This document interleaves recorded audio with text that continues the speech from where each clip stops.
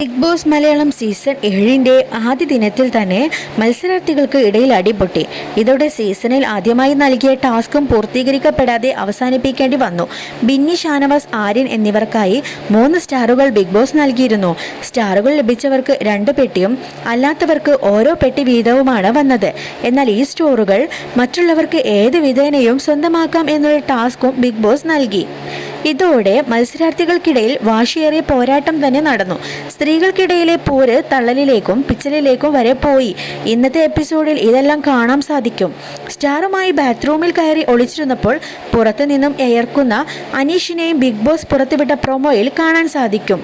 Aneesh bathroom വാതിലിന് അരികിൽ നിൽക്കുന്ന രംഗത്തോടെയാണ് പ്രൊമോ അവസാനിപ്പിക്കുന്നത്.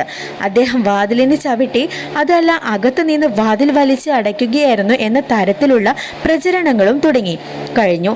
ഇന്നലെ ലൈവിൽ ഈ രംഗങ്ങൾ ഉണ്ടായിരുന്നെങ്കിലും എപ്പിസോഡിൽ ഇത് സംബന്ധിച്ച കൂടുതൽ വ്യക്തതയുണ്ടാകും. ഷാനവാസിന് പുറകെ വ്യക്തതയുണ്ടാകും. ഷാനവാസിന് പുറകെ അക്ബറും അനീഷും കൂടെ നടന്നപ്പോൾ ബിന്നിയുടെ പുറകെ ഉണ്ടായിരുന്നത് റന, ഫാത്തിമയും ടീമുമായിരുന്നു. സ്റ്റാർ സ്വന്തമാക്കാൻ വേണ്ടിയുള്ള നീക്കങ്ങൾ ഉന്തിലേക്കും തള്ളിയിലേക്കും നീങ്ങുകയും ചെയ്തു.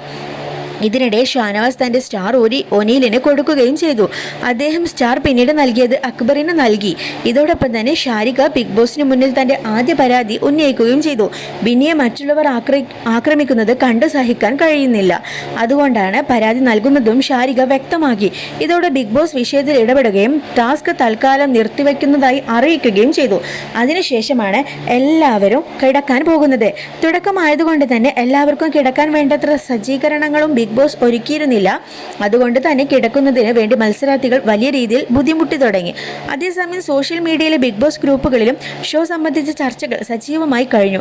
അതോടൊപ്പം തന്നെ ചില നിരീക്ഷണങ്ങളും അഭിപ്രായങ്ങളും ആരാധകർ പങ്കുവയ്ക്കുന്നു. അതിൽ പ്രധാനപ്പെട്ട ഒന്നാണ് ആദ്യ സീസണിലെ എവിക്ഷൻ ഒഴിവാക്കുക എന്നുള്ളത്.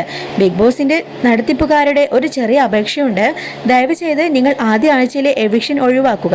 ഒരു കണ്ടസ്റ്റന്റിനെ ഒന്ന് ചുവട് വെക്കാനും അവരുടെ പെർഫോമൻസ് പ്രേക്ഷകർക്ക് മനസ്സിലാക്കാനും ചുരുങ്ങിയത് 2 ആഴ്ചയെങ്കിലും സമയം വേണ്ടി വരും.